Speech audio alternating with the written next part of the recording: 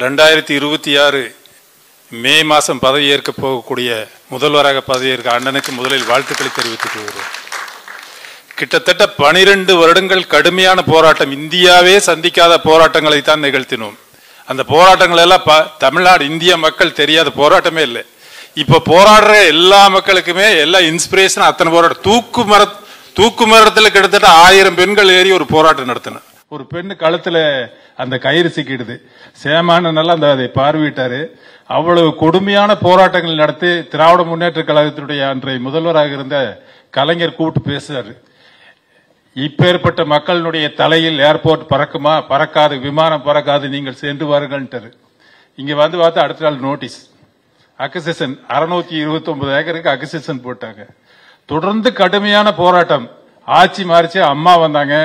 கடைசியாக மடிப்பிச்சை ஏந்தி ஒரு போராட்டம்னு ஒரு 2000 பெண்களை வச்சு மடிப்பிச்சை ஏந்தி ஒரு போராட்டம் நடத்தினோம். அண்ணன் SP வேலுமணி அண்ணன் வந்து பார்வையிட்டாங்க. பார்வையிட்டு அம்மா சில அந்த போராட்டத்துக்கு உடனடியாக அதை நிறுத்த சொல்லி அதை என்னன்னு அனலைஸ் பண்ண சொன்னாங்க. அண்ணனை அனலைஸ் பண்ற காலங்களில் அம்மா நம்ம விட்டு பிரிய வேண்டிய சூழல் வந்தது.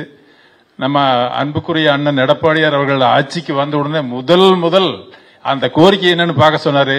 எடப்பாடியார் அண்ணன் சொன்னதை கேட்டு வேலுமணியனே 100 தடவை எங்களை கூப்பிட்டார். நாங்க அப்ப மாற்றுக் கட்சியில் இருந்தோம், கம்யூனிஸ்ட் கட்சியில தான் இருந்தோம். எங்களை கூப்பிட்டு உரிமையோட வீட்டுல கூப்பிட்டு என்ன பிரச்சனை முழுசா சொல்லுங்க, இது எப்படி தீர்வு காண முடியும், அரசாங்கம் தீர்வு காணா என்ன பண்ணணும், இதுவரைக்கும் இந்தியாவில் என்னென்ன தீர்வுகள் எட்டப்பட்டதுன்னெல்லாம் கேட்டாரு.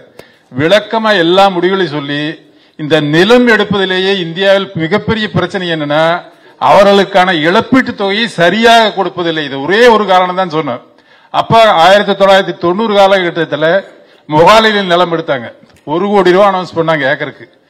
அப்போ காங்கிரஸ் ஆட்சி, அகாலிதள ஆட்சி இந்தியாவே கொண்டாடிச்சு. 1 ஏக்கருக்கு 1 கோடி கொடுக்கப்பட்டதா? அந்த சிங்குகள் எல்லாம் கூப்பிட்டு போய் அசோகா ஹோட்டல்ல டெல்லியில ஸ்விம்மிங் பூலோடு வீடியோ எடுத்து போட்டாங்க. 1 கோடி கொடுத்தது மகிழ்ச்சியில் கொண்டாடுகிறார்கள். ஆனால் இன்னைக்கு வரைக்கும் அந்த அமௌண்ட் செட்டில் பண்ணல. ஆனா எடப்பாடியார் அவர்கள் மனசு வச்சு வேலுமணி அன்னைக்கு நாங்க எந்த தேங்க்ஸ் சொல்ல போறது இல்லை. ஏன்னா அவருக்கு கடமையும் இருக்கிறது, உரிமையும் இருக்கிறது. எங்களுடைய அண்ணன் அவர் போராட வேண்டியதும் அவர் தான் போராடன்னு வாங்கி கொடுக்கிற இடத்துலயும் அவர் தான் இருந்தாரு. அதனால அவருக்கு தேங்க்ஸ் இல்ல, எடப்பாடியாருக்கு தான் 1000 தேங்க்ஸ் சொல்ற. இப்போ இந்திய சரித்திரத்திலேயே 4 கோடி ரூபாய் ஏக்கருக்கு கொடுத்தது இங்கதான், இந்திய சரித்திரத்திலேயே. இது வரைக்கும் அது ஒரு இன்ஸ்பிரேஷன். இனி எதிர்காலத்தில் எங்க நிலம் எடுத்தாலும் தமிழ்நாட்டில் எடப்பாடியார் ஆட்சியில் என்ன கொடுத்தாங்களோ அதை கொடுக்கணும்னு சொல்லி ஒரு ஹைகோர்ட்லயோ சுப்ரீம் கோர்ட்லயோ அவங்க போராட முடியும். அப்படி ஒரு இன்ஸ்பிரேஷன் ஏற்படுத்தி கொடுத்த வருங்கால முதல்வருக்கு நாங்க மகிழ்ச்சி தெரிவிச்சுக்கிறோம். அதுக்கடுத்தது இந்த அவனாசி ரோட்டையும் திருச்சி ரோட்டையும் இணைக்கிறதுக்கு ஒரே ஒரு வழி அந்த ஏர்போர்ட்ல நிலம் எடுத்ததுதான். அதுல அன்னைக்கே வேலுமணி என்ன சொன்னாருன்னா, எடுக்கப்பட்ட நிலங்கள்ல 60 அடி, உங்களுக்கு எடுக்கப்பட்ட நிலங்களில் 60 அடி விட்டு ஒரு ரோடு போடுவதற்கான ஏற்பாடு பண்றேன்னு சொன்னாரு. ஆனா 4 வருஷம் அதற்கான எந்த முயற்சியும் இல்லை, அதற்கான எந்த ஐடியாவுமே இல்லை. மறுபடியும் ஜூன் மாசம் நாங்க மனு கொண்டு வந்து கூட்டத்தை கொடுக்கணும் ஆரம்பிச்சிருக்கேன். எங்களுடைய முதலமைச்சர் அவர்களுக்கு, முதலமைச்சர்னே சொல்றவங்க, எங்கள் முதலமைச்சர் அவர்களுக்கு வருக வருக என கோவை மக்கள் சார்பாக வரவேற்கிறவங்க. நீங்க செய்த பணிகளை எங்களுடைய அருமையான வேலுமணி அவர்கள் சிறப்பாக சொன்னார். ஏன்னா திருப்பி நாங்கள் அதை எடுத்து மறுபடியும் நேரத்தை விரையமாக்க விரும்பலை. ஏன்னா பல்வேறு திட்டங்களை எங்களுக்கு செஞ்சு கொடுத்துருக்கோம். இன்றைக்கி ரோடு எங்கள் கோயம்புத்தூர் மாவட்டத்தை பார்த்தீங்கன்னா எங்கே பார்த்தாலும் இந்த பாலங்கள் சீக்கிரமாக போய் நாங்கள் சென்றடையக்கூடிய வழிவகைகள் செஞ்சது. அடுத்த 50 ஆண்டுகள் 50 ஆண்டு இல்லை 100 ஆண்டுகள்ங்க. 100 ஆண்டுகளுக்கு தேவையான எங்களுக்கு உள்கட்டமைப்பு வசதிகளை மேம்படுத்தி கொடுத்தது மட்டும் இல்ல, ஸ்மார்ட் சிட்டி திட்டத்தை நீங்க கொண்டு வந்தது மிகப்பெரிய எங்க கோவை தொழில் அமைப்புகளுக்கு மிகப்பெரிய ஒரு வரப்பிரசாதம். கோவை மக்கள் இந்த நேரத்தில் உங்களுக்கு நன்றியை நாங்கள் தெரிவிச்சுக்கிறோங்க ஐயா. எங்களது தொழில்துறை சார்பாக நாங்கள் அனைத்து தொழில் முனைவோர் கூட்டமைப்பு மற்றும் மறுசுழற்சி ஜவுளி கூட்டமைப்பு கோவை மாவட்டத்தில் இருக்கக்கூடிய அடுக்குமாடி குடியிருப்போர் நலசங்கத்தின் சார்பாக நான் பேசுறதுக்கு உங்ககிட்ட வந்திருக்கேங்க. எங்களோட கோரிக்கை முதல்ல நாங்கள் நூற்பாலைகள் சார்பாக வைக்கிறோங்க. எங்களுக்கு பார்த்தீங்கன்னா மத்திய அரசு QCOBA சட்டம் அப்படின்னு ஒரு சட்டத்தை கொண்டு வந்ததுனால எங்களுக்கு வந்து மூலப்பொருட்கள், அதாவது விஸ்கோஸ் ஆகட்டுங்க, பாலிஸ் செயற்கைகள் ஆகட்டும், இது எல்லாமே வேற நாடுகள்ல இருந்து இங்க கொண்டு வரக்கு இல்லாம செஞ்சிருக்காங்க. இங்க வந்து ஒரு தனியார் இருக்கக்கூடிய 2 நிறுவனங்கள் மட்டும்தான் இந்தியாவில் வந்து கொள்ள வச்சுறாங்க.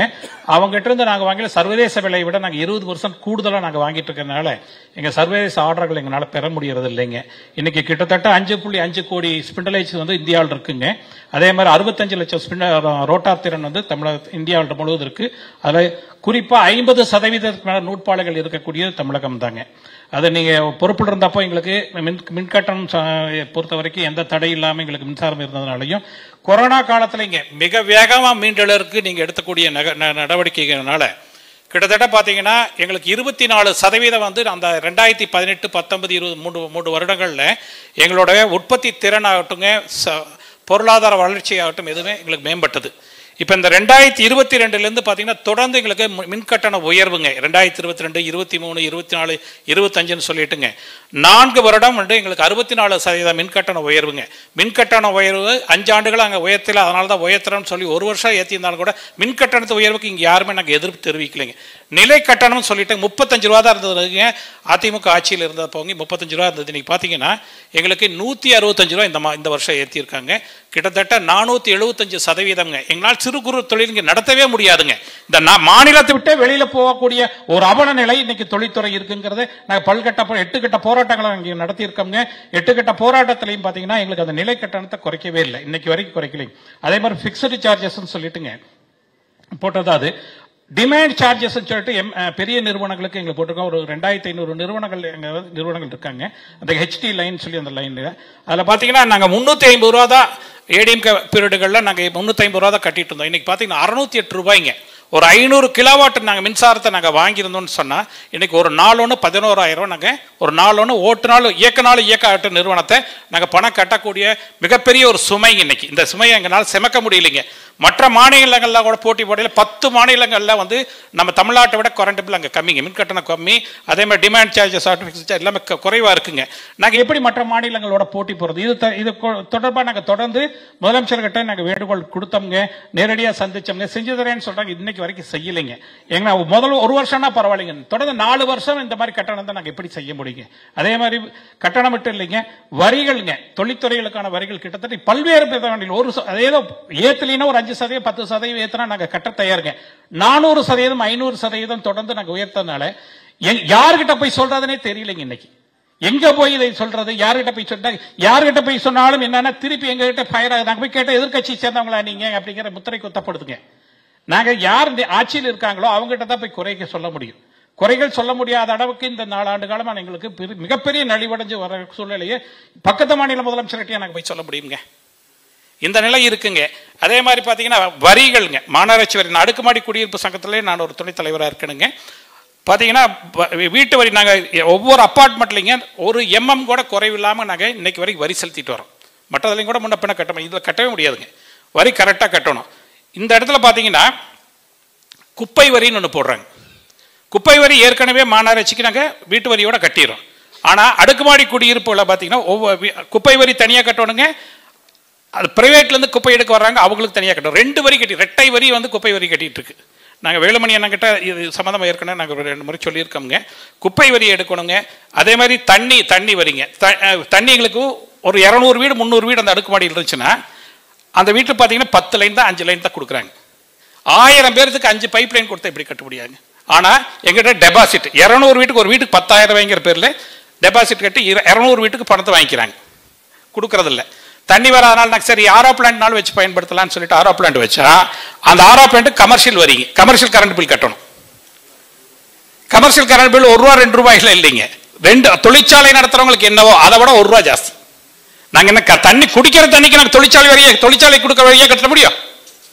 ஸோ இவ்வளவு அவல நிலைகள் இந்த ஆட்சியில் இருக்கு. நாங்கள் கேட்டால் எங்களுக்கு செஞ்சு தரக்கு எங்களுக்கு நாதிட்டு போயிருக்கனால தான் சரி முதலமைச்சர் நீங்கள் வந்திருக்கீங்க, எதிர்கட்சி தலைவரால் எங்களை கோரிக்கை ஏற்றுக்குவீங்கன்னு சொல்லிட்டு தான் தொழில்துறை சார்பாகவும் அடுக்குமாடி குடியிருப்பு சார்பாகவும் உங்கள்கிட்ட கேட்டிருக்கோங்க. நாங்கள் மனுவாக உங்கள்கிட்ட கொடுக்குறோம். நன்றிங்க.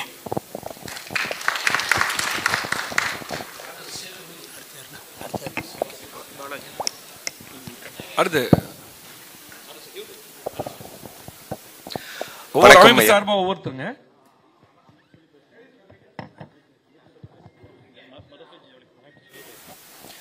வணக்கம் ஐயா. மறுசுழற்சி ஜவுளி கூட்டமைப்பின் சார்பாக பேச வந்துள்ளேன். வணக்கம், எல்லாருக்கும் வணக்கம். எங்க எம்எல்ஏஸ் எல்லாருமே வந்திருக்கீங்க. எல்லாருமே எளிமையா பழகிறதுக்கு அருமையா இருந்தது. அருமையான மனிதர்கள் எல்லாருமே. நல்ல ஒரு ரேப்போ இருக்குது எங்களுக்கு எல்லாத்துக்குமே.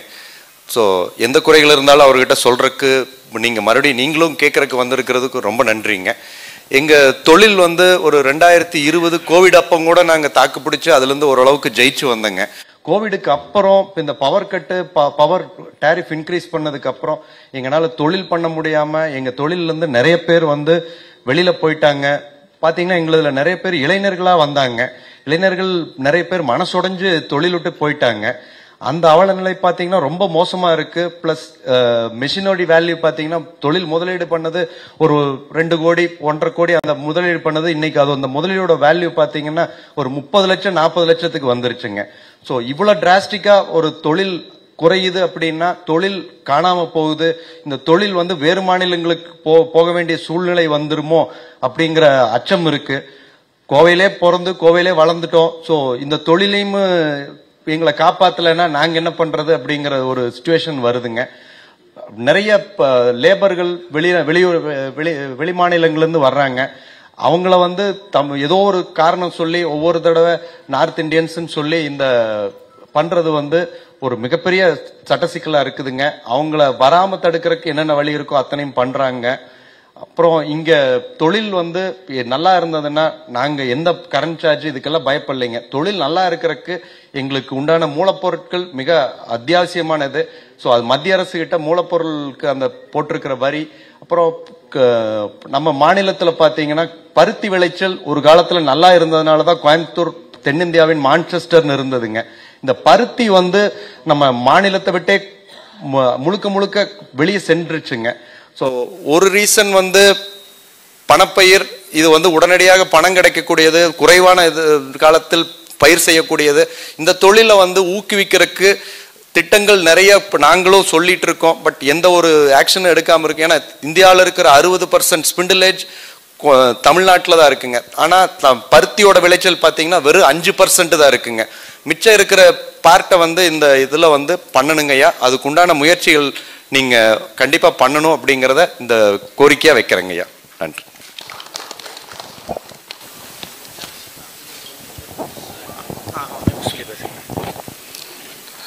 அனைவருக்கும் வணக்கம். தமிழ்நாடு கைத்தொழில் மற்றும் குறுந்தொழில் முனைவோர் சங்கத்தின் பொதுச் செயலாளர் பிரதாப் சேகர் பேசுகிறேன்.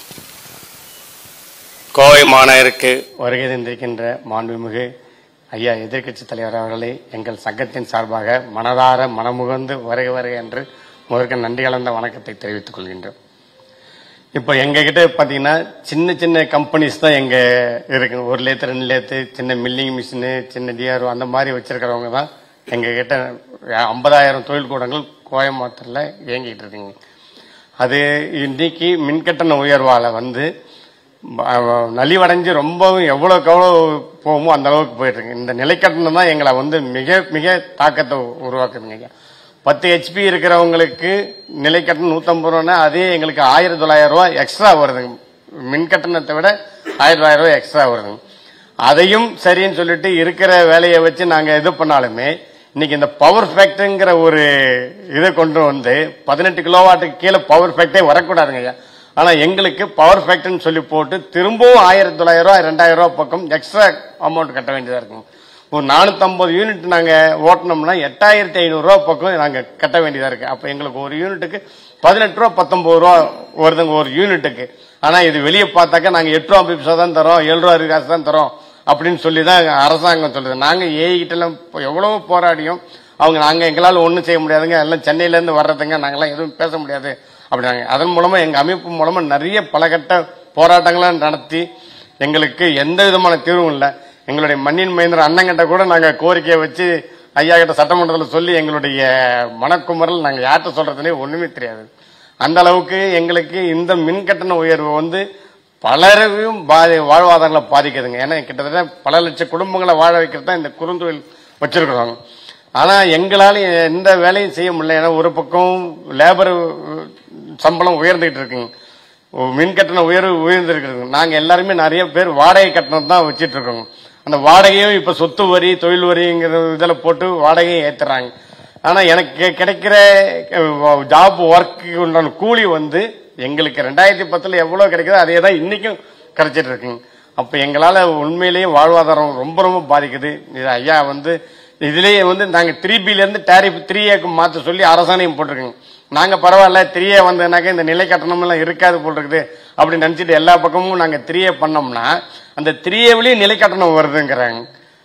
என்னன்னு ஒன்றும் புரிய மாட்டேங்க. அதனால இதெல்லாம் எங்களுக்கு செஞ்சு கொடுத்து உங்களுடைய இதுல வந்து நாங்கள் ஆட்சிக்கு வந்தா கண்டிப்பா இந்த நிலை கட்டணத்தை குறைப்போம் அங்க ஒரு இது பண்ணி எங்களுக்கு ஒரு இது வாழ்வு கொடுங்க அப்படின்னு சொல்லி வேண்டி விரும்பி கேட்டுக்கொள்றேன் ஐயா. வணக்கம். அண்ணன் எடப்பாடி அவர்களுக்கு முதல் நான் வணக்கத்தை தெரிவித்துக் கொண்டு இந்த குறுந்தொழில் கூடங்கிறது கோவையில் வந்து எக்கச்சக்கமா இருக்கு. ஏன்னா இது கணபதி ஆவராம்பாளையம் இந்த மாதிரி பகுதியெல்லாம் பாத்தீங்கன்னா குட்டி ஜப்பான்னு சொல்லாங்க. இப்ப வளர்ந்து வரும் இந்த மாநகரத்தில் வந்து பாத்தீங்கன்னா எல்லாம் வாடகை கட்டத்துல சின்ன சின்னதா இயங்கிட்டு இருக்காங்க. நாங்க ஆரம்ப காலத்திலிருந்து முக்கியமான ஒரு கோரிக்கை வந்து கோவை மாவட்டத்தில் கோவைக்கு வந்து ஒரு குறுந்தொழில் பேட்டை தனியாக குறுந்தொழில் முனைவோருக்காக அமைக்க வேண்டும் என்ற கோரிக்கையை நாங்கள் உங்கள் முன்னால் வைக்கிறோம். 2026 உங்கள் முதல் கையெழுத்து கோவை மாவட்டத்துக்கு ஒரு குறுந்தொழில் பேட்டையாக இருக்க வேண்டும் என்று அன்புடன் கேட்டுக்கொள்கிறேன். அதே போல எங்களுடைய தொழில் முனைவோர்கள் அனைவருமே ஜாப் ஆர்டர் மாதிரி பண்றவங்க. அவங்களுக்கு வந்து இந்த ஜிஎஸ்டியில வந்து 5% கட்டணமா குறைக்கணும். ஏன்னா இப்ப வந்து 18% இருக்குங்க. அதனால தொழிலை வந்து நடத்துறதுல மிக சிரமம் இருக்கிறது. அதனால இன்னைக்கு வந்து மத்திய அரசுடன் ஒரு சுமூகமான உறவு இருக்கும் இந்த காலகட்டத்தில் நீங்கள் அதை விரைவாக எங்களுக்கு பெற்று தர வேண்டும் என்றும் வேண்டி விரும்பி கேட்டுக்கொள்கிறோம். நன்றி. ஜிஎஸ்டி பத்தி பேசுனீங்க. ஜிஎஸ்டி பத்தி அண்ணன் முதலமைச்சர் இருக்கும்போது தான் ஜெயக்குமார் வந்து அப்ப வந்து ஜிஎஸ்டி கவுன்சில் மெம்பரா இருந்தார். ஞாபகம் இருக்குன்னு நினைக்கிறேன். அப்ப வந்து அண்ணன் சொல்லிதான் நமக்கு ஜிஎஸ்டி எல்லாம் அவர் கவுன்சில்ல பேசி குறைச்சு கொடுத்தது அண்ணன் எடப்பாடி தான். ஜிஎஸ்டியை ஜெயக்குமார் மினிஸ்டர் தான் அப்ப வந்து கவுன்சில்ல மெம்பரா இருந்தாங்க. அண்ணனுடைய வழிகாட்டுதல் தான் அது பண்ணி கொடுத்தாங்க. ஆமா, கண்டிப்பா. முதலமைச்சருக்கு வணக்கங்க. சவுத் இந்தியா ஸ்பீக்கர்ஸ் அசோசியேஷன் இருந்து பேசுகிறேன். ஜெகதீஷ் சந்திரன், வேல்மணியோட நண்பர். எனக்கு ரொம்ப வருஷம் நல்லா இது.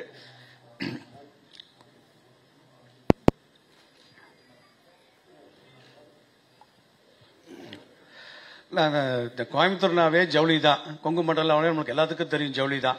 ஏன்னா ஜவுளி இல்லாமல் நமக்கு இல்லை. எல்லா தொழிலுமே சேலத்திலிருந்து கோயம்புத்தூர் வரைக்கும் நம்ம எல்லாமே ஜவுளி நம்பி தான் இருக்கிறோம்.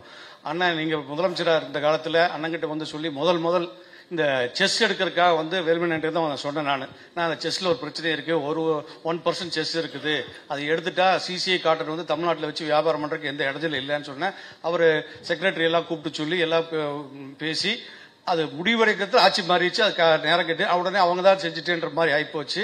ஆனா செஸ் வந்ததுக்கு அப்புறம் அதை நடைமுறைப்படுத்தும் போது எல்லாமே நம்ம தான் பண்ணி முடிச்சு நடைமுறைப்படுத்திட்டாங்க.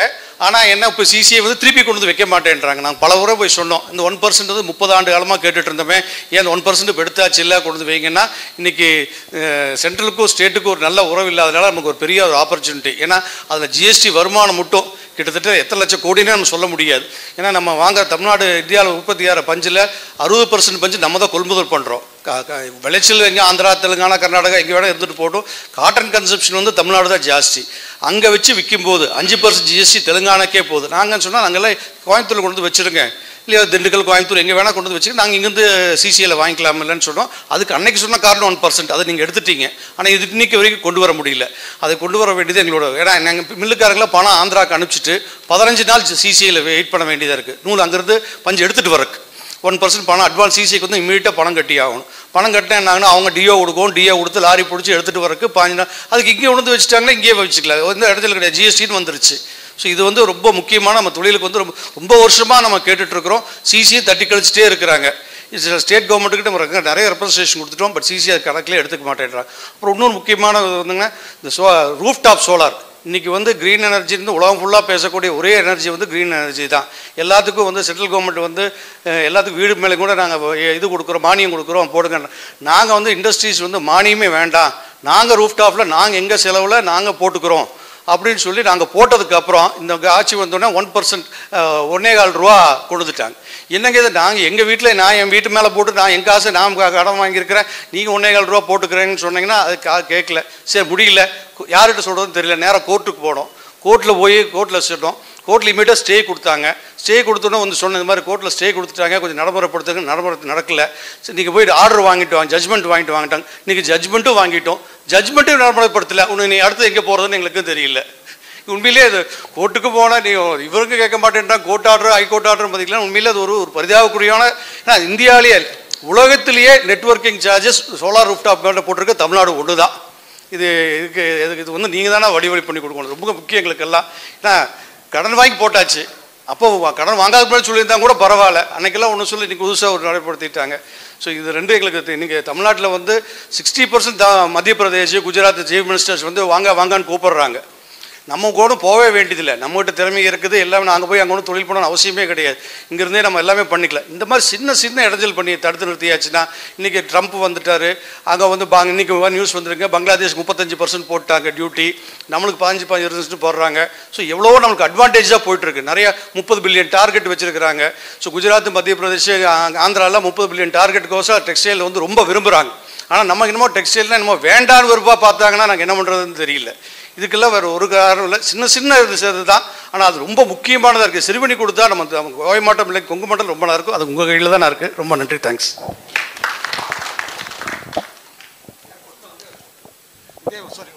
கோவிட் டைமில் அண்ணன் தான் ஃபஸ்ட்டு அதாவது பேங்க்கு எல்லாத்தையும் கூப்பிட்டு யாருக்கு லோன் கொடுக்கல கலெக்டர் ஆஃபீஸில் வச்சு மீட்டிங் போட்டார். யாருக்கு லோன் கொடுக்கல நீங்கள் இங்கே சொல்லுங்கன்னு சொல்லிட்டு பண்ணார். ரொம்ப நன்றி. நாளைக்கு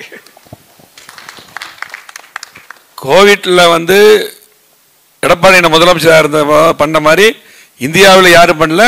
பாரத பிரதமரே அப்ப பாராட்டு வாங்கி ஒரே முதலமைச்சர் எடப்பாடி இருந்தார் எல்லாத்துலையுமே. ஏர்போர்ட் மக்கள் வாழ்வு உரிமை பாதுகாப்பு இயக்கத்தினுடைய செயலாளர் பரமேஸ்வரன் பேசுறேங்க. 2026 மே மாதம் பதவியேற்க போகக்கூடிய முதல்வராக பதவியேற்க அண்ணனுக்கு முதலில் வாழ்த்துக்களை தெரிவித்துக் கொள்கிறோம். கிட்டத்தட்ட 12 வருடங்கள் கடுமையான போராட்டம், இந்தியாவே சந்திக்காத போராட்டங்களை தான் நிகழ்த்தினோம். அந்த போராட்டங்கள் எல்லாம் தமிழ்நாடு இந்திய மக்கள் தெரியாத போராட்டமே இல்லை.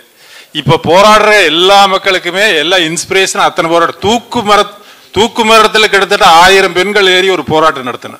ஒரு பெண்ணு கழுத்துல அந்த கயிறு சிக்கிடுது. சேமான நல்லா அதை பார்வையிட்டாரு. அவ்வளவு கொடுமையான போராட்டங்கள் நடத்தி திராவிட முன்னேற்ற கழகத்தினுடைய அன்றைய முதல்வராக இருந்த கலைஞர் கூப்பிட்டு பேசுறாரு. இப்பேற்பட்ட மக்களுடைய தலையில் ஏர்போர்ட் பறக்குமா, பறக்காது, விமானம் பறக்காது, நீங்கள் சென்று வாருங்கள். இங்க வந்து பார்த்தா அடுத்த நாள் நோட்டீஸ் அக்விசிஷன் 629 ஏக்கருக்கு அக்விசிஷன் போட்டாங்க. தொடர்ந்து கடுமையான போராட்டம். ஆட்சி மாறிச்சு, அம்மா வந்தாங்க. கடைசியாக மடிப்பிச்சை ஏந்தி ஒரு போராட்டம்னு ஒரு 2000 பெண்களை வச்சு மடிப்பிச்சை ஏந்தி ஒரு போராட்டம் நடத்தினோம். அண்ணன் SP வேலுமணி அண்ணன் வந்து பார்வையிட்டாங்க. பார்வையிட்டு அம்மா சில அந்த போராட்டத்துக்கு உடனடியாக அதை நிறுத்த சொல்லி அதை என்னன்னு அனலைஸ் பண்ண சொன்னாங்க. அண்ணனை அனலைஸ் பண்ற காலங்களில் அம்மா நம்ம விட்டு பிரிய வேண்டிய சூழல் வந்தது. நம்ம அன்புக்குரிய அண்ணன் எடப்பாடியார் அவர்கள் ஆட்சிக்கு வந்த உடனே முதல் அந்த கோரிக்கை என்னன்னு பார்க்க சொன்னாரு. எடப்பாடியார் அண்ணன் சொன்னதை கேட்டு வேலுமணியனே 100 தடவை எங்களை கூப்பிட்டார். நாங்க அப்ப மாற்றுக் கட்சியில் இருந்தோம், கம்யூனிஸ்ட் கட்சியில தான் இருந்தோம். எங்களை கூப்பிட்டு உரிமையோட வீட்டுல கூப்பிட்டு என்ன பிரச்சனை முழுசா சொல்லுங்க, இது எப்படி தீர்வு காண முடியும், அரசாங்கம் தீர்வு காணா என்ன பண்ணணும், இதுவரைக்கும் இந்தியாவில் என்னென்ன தீர்வுகள் எட்டப்பட்டதுன்னெல்லாம் கேட்டாரு. விளக்கமா எல்லா முடிவுகளையும் சொல்லி இந்த நிலம் எடுப்பதிலேயே இந்தியாவில் மிகப்பெரிய பிரச்சனை என்னன்னா அவர்களுக்கான இழப்பீட்டு தொகையை சரியாக கொடுப்பதில்லை. இது ஒரே ஒரு காரணம் தான் சொன்னோம். அப்ப 1990 காலகட்டத்தில் மொகாலியில் நிலம் எடுத்தாங்க. 1 கோடி ரூபாய் அனௌன்ஸ் பண்ணாங்க ஏக்கருக்கு. அப்போ காங்கிரஸ் ஆட்சி, அகாலிதள ஆட்சி, இந்தியாவே கொண்டாடிச்சு. 1 ஏக்கருக்கு 1 கோடி கொடுக்கப்பட்டதா?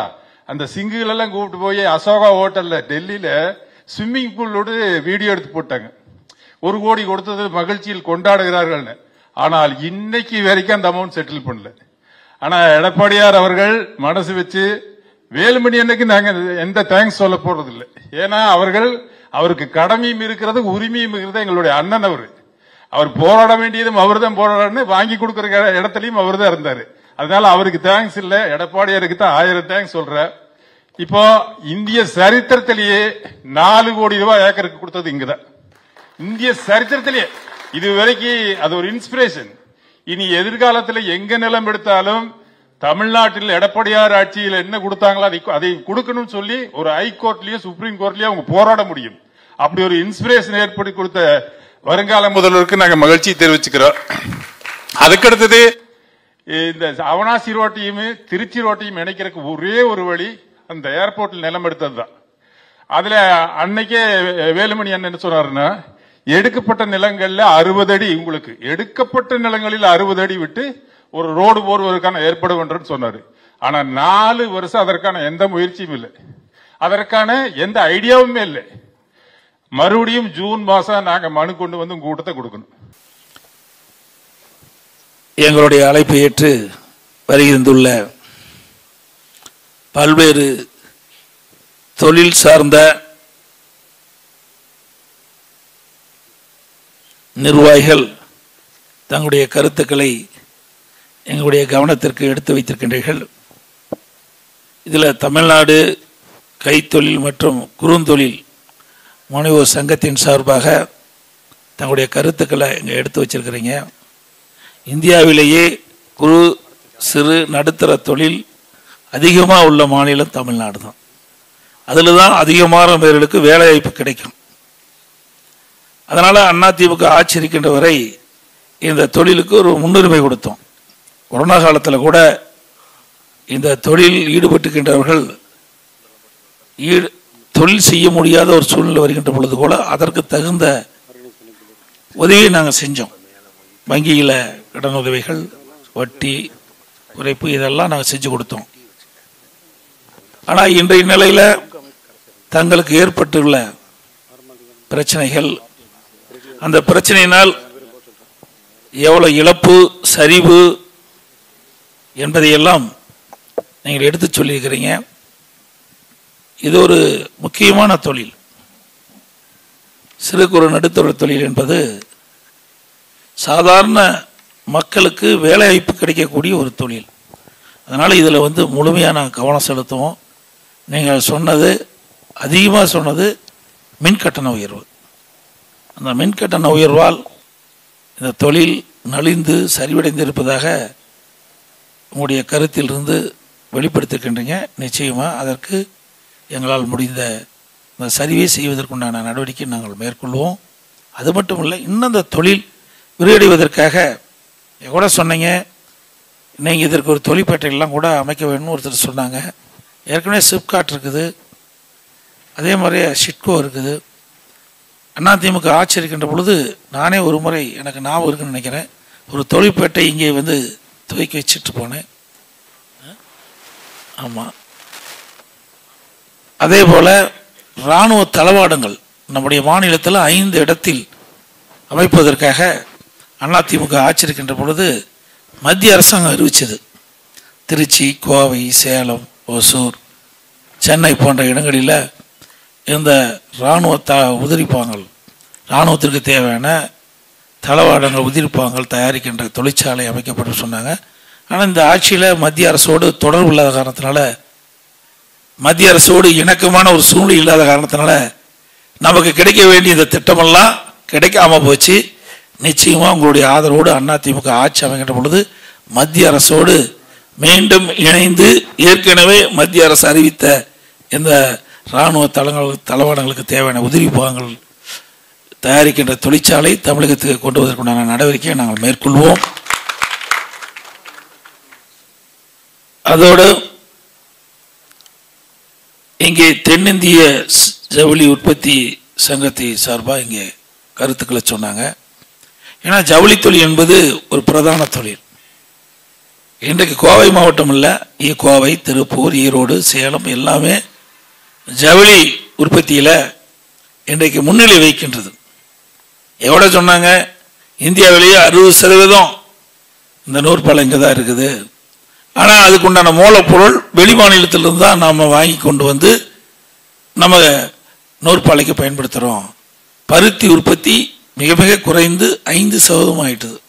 அது காரணம், நானும் விவசாயி இருக்கிற காரணத்தினால பருத்தி போட்டால் வேலை செய்கிறதுக்கு ஆள் வர மாட்டேங்கிறாங்க. பருத்தி எடுத்து அது சாதாரண விஷயம் இல்லை. நான்லாம் சிறு வயதாக இருக்கின்ற பொழுது எங்களுடைய தோட்டத்தில் பருத்தி நாங்கள் உற்பத்தி பண்ணியிருக்கிறோம். அந்த பருத்தி செடி வச்சு அதை பாங்கு பார்க்கணும், பல்வேறு நோய்கள் விழுவும், தண்டு புழு விழுவும், காய்ப்புழு விழுவும், அதையெல்லாம் பார்த்து மருந்தடித்து அதை பக்குவமாக கொண்டாந்து அது பறிஞ்சு அந்த காய் திரண்டு வெடித்து அந்த பஞ்சை பிரித்து எடுக்கணும். இப்போல்லாம் நம்ம பகுதியில் நவீனமாகி விட்டது. ஏன்னா அந்த தொழிற்சாலை அதிகமாக வந்ததுனால, வேலைவாய்ப்பு அதிகமாக கிடைக்கிறதுனால, அதற்கு போதிய ஆட்கள் இல்லாத காரணத்தினால தான் இந்த பருத்தி உற்பத்தி செய்கின்ற நிலை குறைஞ்சி போச்சு. நான் முதலமைச்சர் இருக்கும்போது கூட இதுக்கெல்லாம் நாங்கள் ஆய்வு செஞ்சோம். நமக்கு நூற்பாலைகள் அதிகமாக இருக்கின்றது, பஞ்சு தேவை அதிகமாக இருக்கின்றது, மற்ற மாநிலத்தை நம்பித்தான் இந்த தொழிலே தமிழகத்தில் இருக்கின்றது. இதுக்கு மாற்று வழி கண்டுபிடிப்பதற்கு என்னென்ன வகையில் நாம் செயல்படுத்த வேண்டும் என்பதெல்லாம் ஆய்வு செய்கின்ற பொழுதுதான் இதில் வேலை வாய்ப்பு கிடைக்கின்றது என்பது நம்ம ஒரு குதிரைக்கொம்பா இருக்குது. இன்னும் நிறைய நான் உள்ளே போக முடியாது, ஏன்னா நான் தேர்தல் இருக்கிறதுனால நிறைய விஷயங்கள் உங்களோட பகிர்ந்து கொள்ள முடியாது. அது என்னென்னு உங்களுக்கு தெரியும். வேலை ஆட்கள் எதனால் கிடைக்கவில்லை என்பது உங்களுக்கெல்லாம் தெரிஞ்ச விஷயம்தான்.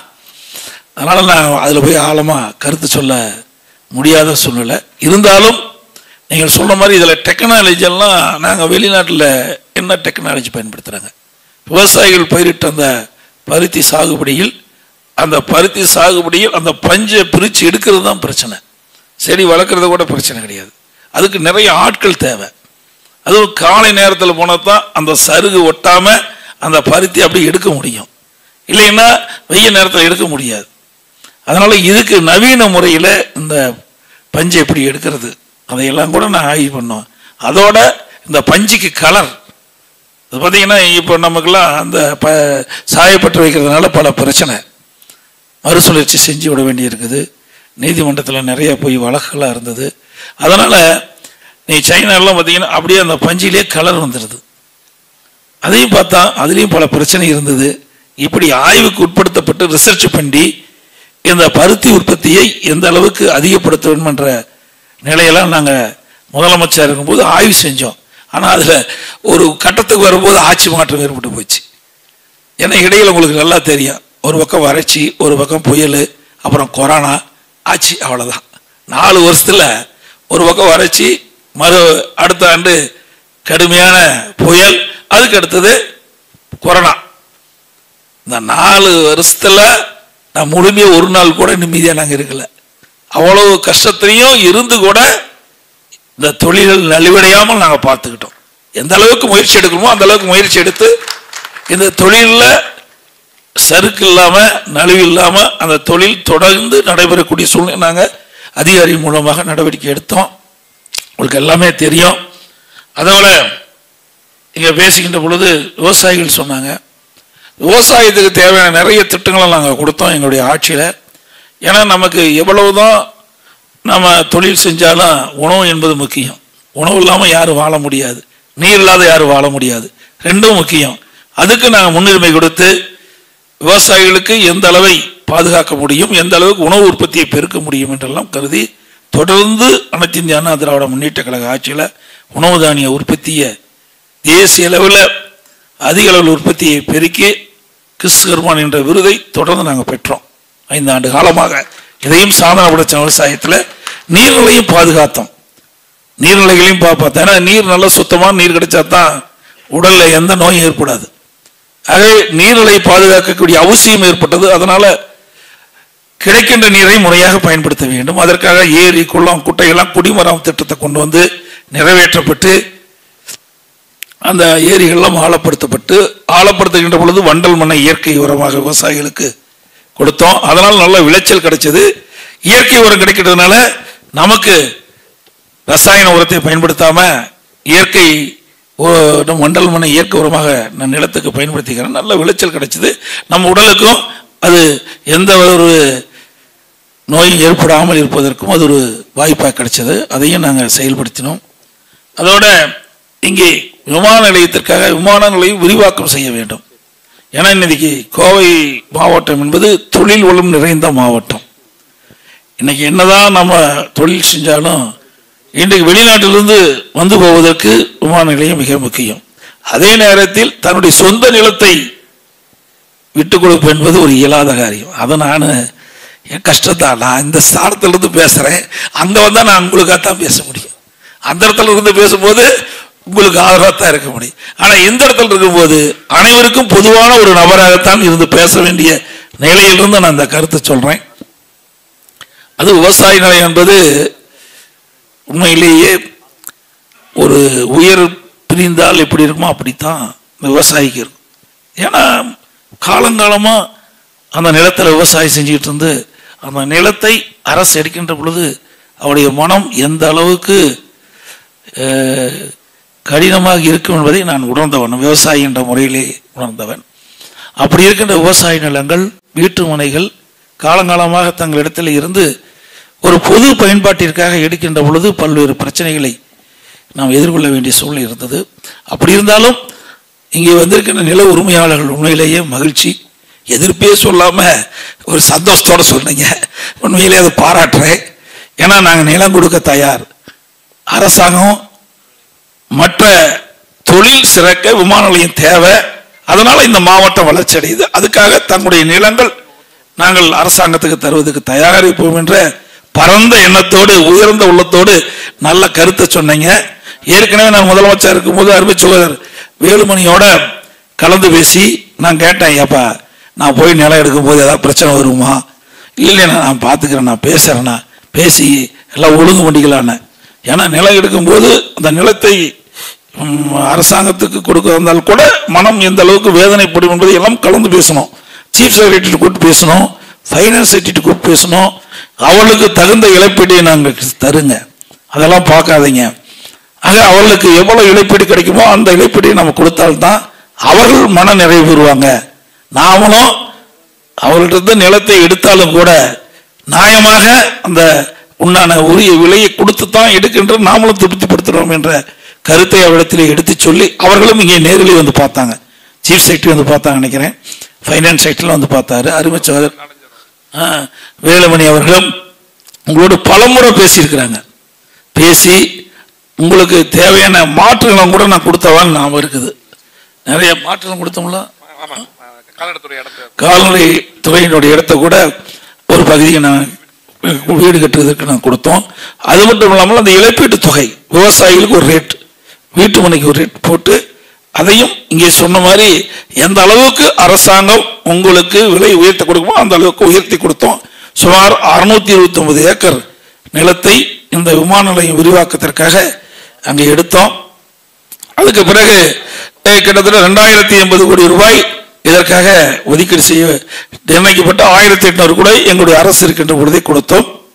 ஒரு குறிப்பிட்ட தொகை சுமார் 650 கோடி என்று கருதுகிறேன். அதையும் முதற்கட்டமாக கொடுத்தோம். 2வது கட்டம் கொடுக்கறதுக்குள்ள ஆட்சி மாற்றம் ஏற்பட்டது. ஆனால் அந்த நிதி ஒதுக்கீடுலாம் செய்துவிட்டு தான் நாங்கள் தயாராக இருந்தோம். அதோடு விமான நிலையம் வர்ற நேரத்தில் உடனடியாக திமுக தான் எதிலுமே சிக்கல் உருவாக்குவாங்களே. உடனே திமுக அரசாங்கம் என்னாச்சு, நாங்கள் எதுக்கு சும்மா கொடுப்போம் மத்திய அரசாங்கத்துக்கு, எங்களுக்கு நாங்கள் குத்தகை தான் கொடுக்க முடியும்னு சொல்லி அங்கே இருந்த அப்பொழுது இருந்த திமுக அமைச்சர் திரு பழனிவேல் ராஜன் அவர்கள் அதுக்கு ஒரு கட்டை போட்டான். மத்திய அரசாங்கம் என்ன சொல்லிச்சு, இந்தியா முழுவதும் மாநில அரசாங்கத்தில் தான் அந்த விமான நிலையத்தை அமைக்கிறோம், எந்த மாநில அரசாங்கத்துக்கும் விமான நிலையத்திற்கு எடுக்கக்கூடிய நிலத்திற்கு நாங்கள் குத்தகையாக எடுத்ததே கிடையாது, உங்க மாநிலத்திற்கு மட்டும் கொடுத்து விட்டால் எல்லா மாநிலத்திற்கும் ஒரு முன்மாதிரி ஆகிவிடும் அப்படியே கிடப்பில் போட்டாங்க.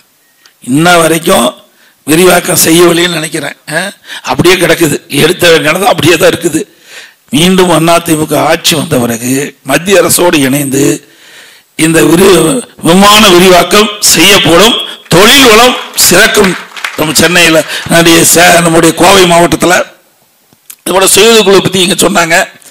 மாண்பு அம்மா இருக்கின்ற பொழுது எங்கே அரசு நிகழ்ச்சி ஏற்பட்டாலும் உடனடியாக அம்மா வந்து ஸ்டேஜுக்கு போகிறதுக்கு முந்தி இந்த சுயோதவி குழுக்கள் உற்பத்தி செய்யப்பட்ட அந்த பொருளை பார்த்துட்டு தான் மேடையில் போய் அமருவாங்க. ஏன்னா அம்மா வந்து ஒரு பெண் முதலமைச்சர் வந்த காரணத்தால் அந்த பெண்களுக்கு சொந்த காலில் பொருளாதாரத்தை ஈட்ட வேண்டும் என்ற அடிப்படையில் தான் அந்த சுயோதவி குழுவை தேவையான அளவு கடன் கொடுக்கணும்னு அறிவுறுத்தினாங்க. இன்றைக்கு இங்கே கூட 9 குழுவை சேர்ந்த சகோதரிகள் இடம்பெற்று தன்னுடைய கருத்துக்களை தெரிவித்தாங்க. இதெல்லாம் இப்படிலாம் முதல் 25,000 கிடைச்சது, இப்போ 10,000 தான் கிடைச்சிருக்குது, எல்லாம் மானியம் கிடைச்சதெல்லாம் சொல்லிக்கிறீங்க. நிச்சயமாக அதிமுக ஆட்சி உங்களுடைய துணையோடு அமைக்கின்ற பொழுது நீங்கள் வைத்த கோரிக்கைகளெல்லாம் கனியோடு பரிசீலித்து, ஏன்னா அதை எல்லாமே ஏழை குடும்பத்தை சேர்ந்தவர்கள் தான், ஒரு குரூப்பாக சேர்ந்து அதுக்கு உங்களுக்கு தகுந்த அந்த பொருளாதாரத்தை அதிகரிப்பதற்காக கொண்டு வந்த திட்டம் தான் செய்தியில் கூட்டம். அதோட அம்மா இருசக்கர வாகனத்தை பற்றி சொன்னீங்க. இன்னைக்கு அம்மாவுடைய எண்ணமே மகளிரை அவர்கள் சொந்தமாக உழைக்கின்ற அந்த உழைப்பின் மூலமாக அவர்கள் பயன்பெற வேண்டும். அவள் குடும்பத்தை காக்க வேண்டிய குடும்ப தலைவி. ஆண்களை விட பெண்களுக்கு தான் அந்த குடும்பத்தில் அக்கறை அதிகம். அதனால தான் அம்மாவில் வேலைக்கு செல்கின்ற மகளிருக்கு உரிய நேரத்தில் பணிக்கு போகணும், உரிய நேரத்தில் வீட்டுக்கு திரும்ப வேண்டும் என்பதற்காகத்தான் முதல் கட்டமாக அம்மாவில் 3 லட்சம் பேருக்கு அம்மா இருசக்கர வாகனம் வழங்கப்படும் என்ற அறிவிப்பை கொடுத்து 20,000 ரூபாய் ஒவ்வொரு அம்மா இருசக்கர வாகனத்துக்கும் மானியம் கொடுக்குன்னு சொல்லி, அதற்கு பிறகு நான் முதலமைச்சர் வந்த பொழுது இங்கே நம்முடைய சகோதரிகளும் என்னை சந்திச்சு 20,000 பத்தாது, நீங்க மானியத்தை உயர்த்தி கொடுன்னு சொல்லி 25,000 நான் உயர்த்தி கொடுத்தேன். ஒரு அம்மா ஒருவருக்கு அம்மா இருசக்கர வாகனம் வேண்டும் சொன்னால் அதனுடைய விலையை உயர்த்தி கொடுத்தோம். அப்புறம் வயது நிர்ணயிச்சோம்.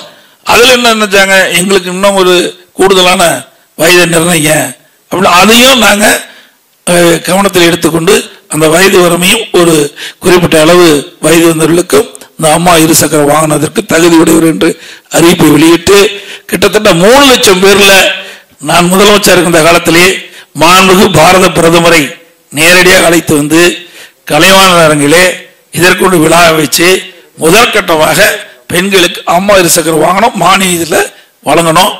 2,85,000 பேர் கொடுத்தோம். அதுக்கு பின்னாடி இந்த அரசாங்கம் வந்து அதையும் கைவிட்டுட்டாங்க. மீண்டும் அதிமுக ஆட்சி நிச்சயம் உங்களுடைய துணையோடு மலரும். அப்படி மலர்கின்ற பொழுது இந்த அம்மா இருசக்கர வாகனம் தொடர்ந்து வழங்கப்படும் என்ற செய்தி இந்த நேரத்தில் தெரிவிக்கிறேன். அதே போல கிரில் உற்பத்தி செய்யறேன்னு சொன்னாங்க. இதில் சிறு குறு நடுத்துறையில் தான் இது வருது. இதையும் உரிய முறைகளை பரிசீலித்து இதில் என்னென்ன அரசாங்கம் செல்வதற்கு வாய்ப்பு இருக்கின்றோ அதையெல்லாம் சம்பந்தப்பட்ட இந்த துறை, ஏன்னா இது ஒரு சிறு குறு நடுத்தர தொழில பல இது இருக்குது, பல தயாரிப்புகள் இருக்கின்றன, பல தொழில்கள் உள்ளடக்கி இருக்குது. அதில் ஒன்று தான் கிரில். ஆகவே உங்களுடைய இந்த பகுதியில் கிரில் அதிகமாக உற்பத்தி செய்கின்ற தயார் செய்கின்ற பகுதியாக இருப்பதையெல்லாம் சுட்டி காட்டுகிறீர்கள். நீங்கள்லாம் கோரிக்கை வச்சிருக்கிறீங்க, மனுவாக கொடுத்துருக்கிறீங்க. இதையெல்லாம் பரிசீலித்து எது எங்களுக்கு சாத்தியமோ அதையெல்லாம் செய்து கொடுவதற்கு நான் முன்னுரிமை கொடுப்போம் என்று தெரிவித்து, அதோட இங்கே கூட தங்க நகை உற்பத்தியாளர்கள் வந்திருக்கிறாங்க. எங்களுக்கு முழு பாதுகாப்பு வேணும்னு கேட்டிருக்காங்க. அவர்களுக்கும் இந்த தங்க நகை தொழில் செய்கின்றவர்களுக்கும் பாதுகாப்பு வழங்கப்படணும். ஆபரண தங்கம் தயாரிப்பதில் இந்தியாவிலேயே 2வது இடமாக கோவா இருப்பதாக எனக்கு கிடைத்த தகவல். இங்கே வந்து தங்க நகை பூங்கா அப்படி நாங்கள் வந்து அனுமதி கொடுத்தோம். ஆனால் இப்பொழுது எந்த நிலையில் இருக்குன்னு தெரியல. மீண்டும் அதிமுக அமைச்ச பிறகு நீங்கள் வைத்த இந்த கோரிக்கை தங்க நகை பூங்கா அமைக்கின்ற இந்த பகுதியில் அமைக்க வேண்டும் என்று கோரிக்கை வைத்து அந்த கோரிக்கையும் அரசு பரிசீலித்து நடவடிக்கை எடுக்கும் என்று சொல்லி, அதோட இந்த மூலப்பொருள் இங்கே சொன்னாங்க. இன்றைக்கு இந்த மூலப்பொருள் அங்கே இருந்து வெளிமாநிலத்து வாங்கின்ற பொழுது ஜிஎஸ்டி பிரச்சனை இருப்பதாக சுட்டி காட்டியிருக்கிறார்கள். இதையெல்லாம் ஆட்சிக்கு வந்த பிறகு எந்தெந்த வழியில் உங்களுக்கு சிரமம் இல்லாமல் அந்த பஞ்சை கொள்முதல் செய்து அந்த மூலப்பொருளை கொள்முதல் செய்து நம்முடைய தமிழகத்தை கொண்டு வருகின்ற பொழுது சிரமம் இல்லாமல் இந்த தொழில் நடப்பதற்குண்டான வசதியெல்லாம் செய்தும், அதே போல் நிலைக்கட்டணத்தை பற்றியெல்லாம் குறிப்பிட்டிருக்கிறீங்க. ஈபியில் வந்து நிறைய பிரச்சனையை நீங்கள் எடுத்து சொன்னீங்க. பிரதான பிரச்சனை நீங்கள் சொன்னீங்க. நான் ஏற்கனவே தொடர்ந்து எல்லா கூட்டத்திலையும் சொல்லிட்டு தான் வந்தேன். 52% நீங்கள், ஆனால் நீங்கள் 64% உயர்த்தப்பட்டதை சொன்னீங்க. அதுவும் ஆண்டுக்கு 5% உயர்த்தப்படும் சொல்லி இந்த வருஷம் கூட 3.5% உயர்த்தப்பதற்கு நான் வந்து பத்திரிகையில் செய்தி பார்த்தேன். அவை நிலைக்கட்டணம் என்பதை அது அரசு எங்களுடைய அரசு அமைந்த பிறகு அதையும் பரிசீலிக்கும் என்பதை இந்த நேரத்தில் தெரிவித்து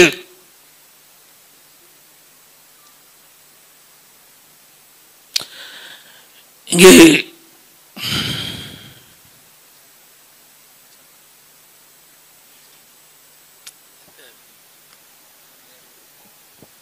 இது வேற கொள்மை செய்யறார்.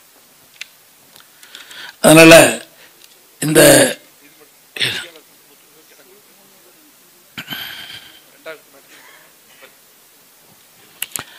அதே போல பத்திரிகையாளர் நல வாரிய பெயரளவுக்கு செயல்பட்டு அதில் அனைத்து பத்திரிகையாளர்களும் சேர்க்க வேண்டும் என்று இங்கே கேட்டுக்கிறீங்க. அதையும் பத்திரிகையாளர் என்பது ஒரு நாட்டினுடைய தூண். ஆனால் எங்களுக்கு தான் சரியா போட மாட்டேங்கிறீங்க, முன்னுரிமை கொடுக்க மாட்டேங்கிறீங்க. பார்த்தீங்களா, அழகா பேசினார். அவர் மனசில் இருக்கிற உள்ளத்தில் இருக்கிற குமரெல்லாம் வெளியே கொட்டிட்டார். அதையெல்லாம் நீங்க போடுங்க. ஏன்னா அந்த திமுக ஆட்சி வந்த பிறகு இதில் இருக்கிற இடபாடுகள், தொழில் இருக்கின்ற பிரச்சனைகள் எல்லாம் உள்ள குமரலாக எடுத்து வைத்திருக்கின்றார்கள். ஒவ்வொரு இங்கே அமர்ந்திருக்கிற அத்தனை பேருமே பாதிக்கப்பட்டவர்கள் தங்களுடைய குறைகளை எடுத்து சொல்லிக்கிறாங்க. இதையெல்லாம் பத்திரிகையிலையும் ஊடகத்திலையும் தயவு செய்து போடுங்க. ஏன்னா எங்களுக்காக போட வேண்டாம், அவர்களுக்காக போடுங்க. நாட்டு மக்களுக்கு தான் அரசாங்கம். ஒவ்வொரு கட்சியும் மக்கள் சேவை செய்வதற்கு தான் கட்சி தொடங்கி இருக்கிறாங்க. அரசாங்கம் வைக்கின்ற பொழுது கொடுக்கப்பட்ட வாக்குறுதியும் செயல்படுத்துவதில்ல. ஆட்சி வந்த பிறகு அவளுக்கு ஏற்படுகின்ற பிரச்சனையாவது தீர்க்க வேணும். அதுவும் இல்லை, பிரச்சனை உருவாக்குகின்ற அரசாங்கம் தான் இருக்குது. பிரச்சனையை தீர்க்கக்கூடிய அரசாங்கமா இந்த அரசாங்கம் இல்லை என்பதை நான் சொல்லல. நான் சொன்ன எதிர்கட்சி தலைவர் சொல்லுவாங்க. இங்கே வந்திருக்கின்ற பல்வேறு தொழில் கூட்டமைப்பை சேர்ந்தவர்கள்லாம் தங்களுடைய கருத்துக்களை வெளிப்படுத்தியிருக்கிறாங்க. அதையெல்லாம் நீங்க அருமை சகோதரர்கள் பத்திரிகை சகோதரர்கள் வெளிப்படுத்த வேண்டும். ஏன்னா பத்திரிகைகள் தான் வெளிப்படுத்த முடியும், வேற எதிலுமே வெளிப்படுத்த முடியாது.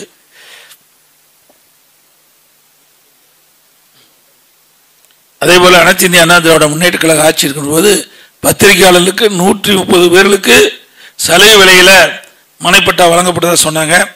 இன்னும் பல பேர், இன்னும் பல பத்திரிகையாளர்களுக்கு, அந்த தகுதியான பத்திரிகையாளர்களுக்கு வீட்டு மனை கிடைக்கவில்லை என்று ஒரு கருத்தை சொல்லிக்கின்றீர்கள், மனுவாக கொடுத்திருக்கின்றீர்கள். இரண்டாம் கட்டமாக விடுபட்ட பத்திரிகையாளர்களுக்கு மனைப்பட்டா வேணும் என்று கொடுத்திருக்கின்றீர்கள். நிச்சயமாக அதிமுக ஆட்சி வந்த பிறகு உங்களையும் கவனிக்கும். ஏன்னா நீங்க தான் எங்களுக்கு முக்கியம். ஏன்னா நாங்கள் எவ்வளவுதான் பேசினாலும், எவ்வளவுதான் செய்தி வெளியிட்டாலும், எவ்வளவுதான் திட்டங்களை கொண்டாந்தாலும் மக்களுக்கு கொண்டு போய் வந்து சேர்க்கக்கூடிய பணி செய்கின்ற அங்கமாக இருக்கின்றவர்கள் இந்த பத்திரிகை ஊடகம். அதனால உங்களுக்கு அதிமுக ஆட்சியில் நிறைய செய்வோம். அதே போல உண்மை செய்தி போட்டால் போதும். எங்களுக்கு ஒன்றும் வந்து பொய் செய்தி வேண்டியதே கிடையாது. ஏன்னா நாங்கள் அதிமுக கட்சி என்பது உழைப்புக்காக உருவாக்கப்பட்ட கட்சி. அந்த கட்சியில் வந்து எங்களுக்கு விளம்பரமே தேவையில்லை. நாங்க உழைக்கின்ற உழைப்பு மக்களுக்கு போய் சேர வேணும். அதுதான் எங்களுடைய பிரதான கோரிக்கை. பத்திரிகையாளர்களுக்கும் ஊடகங்களுக்கும் என்னுடைய கோரிக்கையாக உங்களுக்கு வைக்கின்றேன். உங்களுடைய கோரிக்கையை எந்த அளவுக்கு முக்கிய முன்னுரிமை கொடுக்கின்றோமோ அதேபோல் நாங்கள் சேவை செய்வதற்காக பொன்மனச்சம்பல் புரட்சித் தலைவர் எம்ஜிஆர் அவர்களும் இதே புரட்சித் தலைவர் அம்மாவும் இருபெரும் தலைவர்கள் உருவாக்கிய அனைத்து இந்திய அண்ணா திராவிட முன்னேற்ற கழகம் மக்களுக்காக பாடுபடுகின்ற இயக்கம். இங்கே தொழில் செய்கின்றவர்கள் தங்களுடைய பிரச்சனைகள் எல்லாம் இங்கே எடுத்து வைத்திருக்கின்றார்கள். அதையெல்லாம் கவனமோடு எடுத்து நிச்சயமாக எங்களுடைய அரசு அவர்களுக்கு மனம் நிறைவு பெறுகின்ற அளவுக்கு, மனம் குளிகின்ற அளவுக்கு, இந்த தொழில் சிறைக்கின்ற அளவுக்கு செயல்படுத்தப்படும் என்ற செய்தியை சொல்லி விடைபெறுகின்றேன். நன்றி, வணக்கம்.